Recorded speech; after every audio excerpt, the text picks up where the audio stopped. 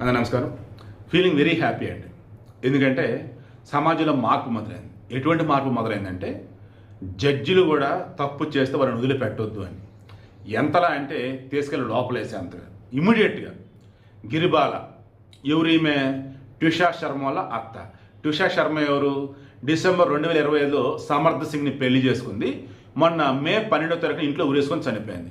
ఉరేసుకొని చనిపోవడానికి ముందు వాళ్ళకి తెలిసిన అందరూ కూడా నాకు ఊపిరి ఆడటం లేదు, ఈ నరకంలో ఉన్నాను, దీని నుంచి బయటపడలేకపోతున్నాను, ఇక నా వల్ల కాదంటూ ఆత్మహత్య చేసుకొని చనిపోయింది.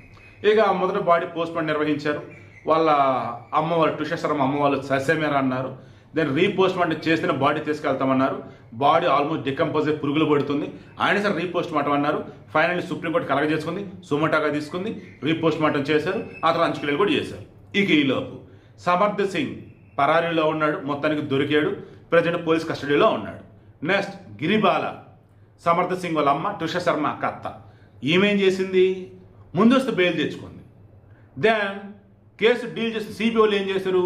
హైకోర్టుకి వెళ్ళి ఆమె బయట ఉండి సాక్ష్యాలు తారుమారు చేసే విధంగా మాట్లాడుతుంది. ఆల్రెడీ రిటైర్డ్ జడ్జి కాబట్టి చట్టం లూప్స్ ఆమె తెలుసు కాబట్టి కేసును ఆటోమేటిక్ డైల్యూట్ చేసింది. ఆమెని ఇమీడియట్గా అరెస్ట్ చేయాల్సిందే అని అన్నారు. కోర్టుకి గ్రాంటెడ్ అన్నారు. ఇక ఇప్పుడు రిటైర్డ్ జడ్జ్ ప్రజెంట్ మన కన్జ్యూమర్ ఫోరం జడ్జిగా ఉంది, తొలగించేశారు. ఇప్పుడు అదుపులోకి తీసుకున్నారు. కేసు ఫైల్ అయింది, సిబిఐలు హ్యాండ్ ఓవర్ చేసుకున్నారు.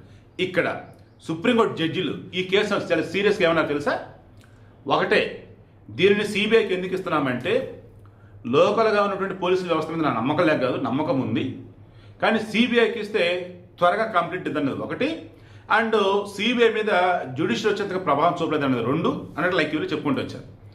ఇక్కడ న్యాయం ముందు ఎవరైనా ఒకటి అన్నట్టుగా ఆమెను అరెస్ట్ చేశారు.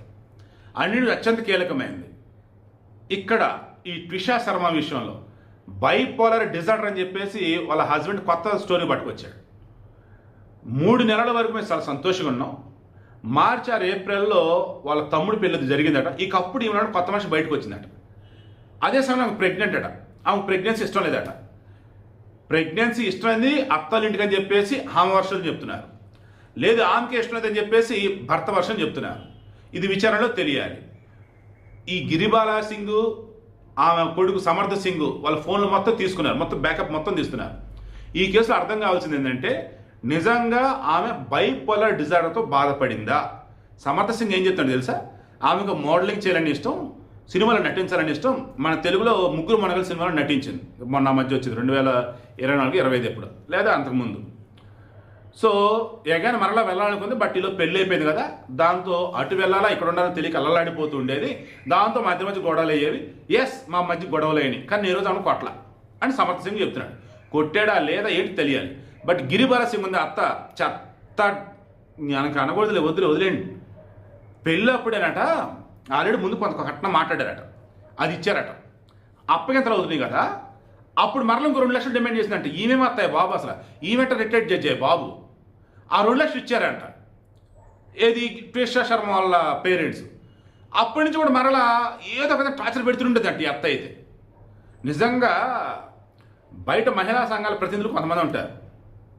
బయట ఏమో అందరికి న్యాయం చేస్తా అన్నట్టుగా అనిపిస్తారు, ఇంట్లోనేమో అమ్మో గొరాతి గొర్ర ఉంటారు, కోడల్ని ఇబ్బంది పెడతారు. అక్కడ సినిమాలు చూసాం కదా. సో ఇంకో ఎగ్జాంపుల్ చెప్తా.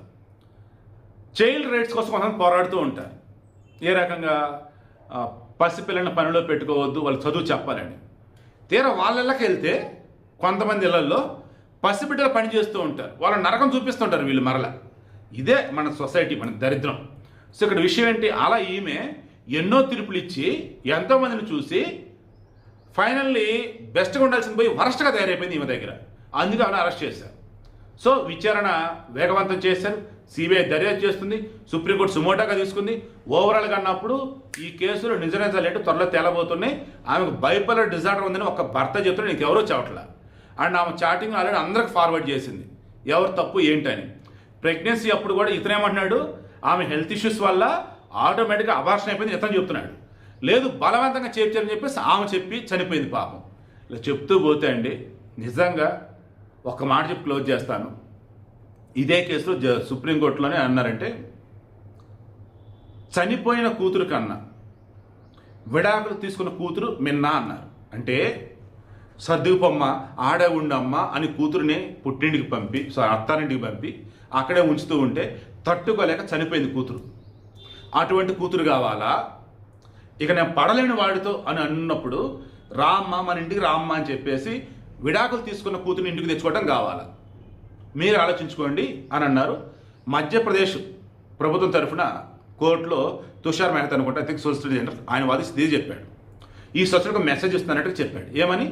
ఈ సొసైటీలో మన భారతదేశంలో విడాకులు తీసుకున్నట్టు ఆడవాళ్ళని తప్పుగా చెడుగా చూస్తున్నటువంటి ఈ రోజులలో అలా చూడొద్దు, అది కోటి రెట్లు బెటర్ అన్నాడు. ఏ రకంగా?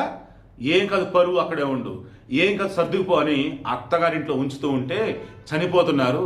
అలా చనిపోయే ఆడవాళ్ళ కన్నా డివోర్స్ పుట్టింట్లో ఉండేవాళ్ళు బెటర్ అని చెప్పేసి అంటున్నారు. నేను దానికి ఓటేస్తాను.